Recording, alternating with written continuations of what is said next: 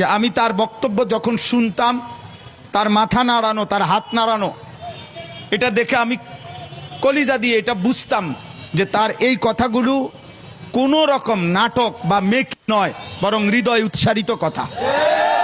বক্তব্য অনেকেই দেয়, অনেক সুন্দর সুন্দর স্বপ্ন দেখায়, অনেক লম্বা লম্বা হুঙ্কার ছাড়ে, কিন্তু আমি ইয়াকিনের সাথে এই কথা স্পষ্ট বুঝেছি যে শহীদ শরীফ ওসমান হাদি তার জবান আর তার দিল বরাবর ছিল। সে হৃদয়ে যা লালন করেছে তা জবানে উচ্চারণ করেছে।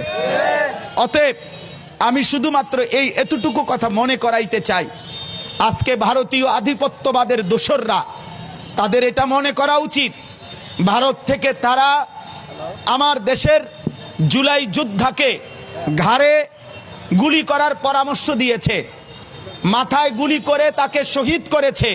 বাংলাদেশের জনসংখ্যা কম হতে পারে, তোদের ভারতের জনসংখ্যা বেশি হতে পারে, কিন্তু রব্বে কাবার কসম, আমার বাংলার 18 কোটি জনতা জীবন দিতে যতটা পছন্দ করে, তোরা বাঁচতে যতটা চাস বেটা। অতএব শহীদ শরীফ ওসমান হাদির নিজের লেখা একটা কবিতা আছে, আমায় ছিঁড়ে খাও হে শকুন।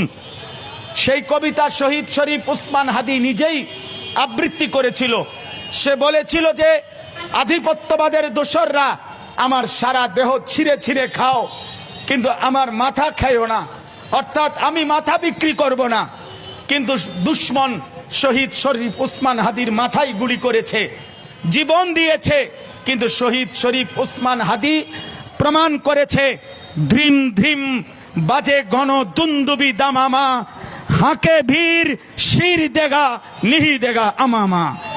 অতএব আজকে ইনশাআল্লাহ এই জমিনে আমরাও আল্লাহর কসম করে বলি, 18 কোটি জনগণের পবিত্র শিরায় 1 ফোঁটা রক্ত থাকতে আমার মাতৃভূমির 1 ইঞ্চি জমিন ভারতের বেঈমান তোরা নিতে পারবি না। এই জমিন 1 রক্ত নয়, 1 হাদি নয়, লক্ষ কোটি হাদির রক্তের পবিত্র জমিনে প্রয়োজনে খুন ঝরবে, কিন্তু আজাদি থাকবেই থাকবে, থাকবেই থাকবে, থাকবেই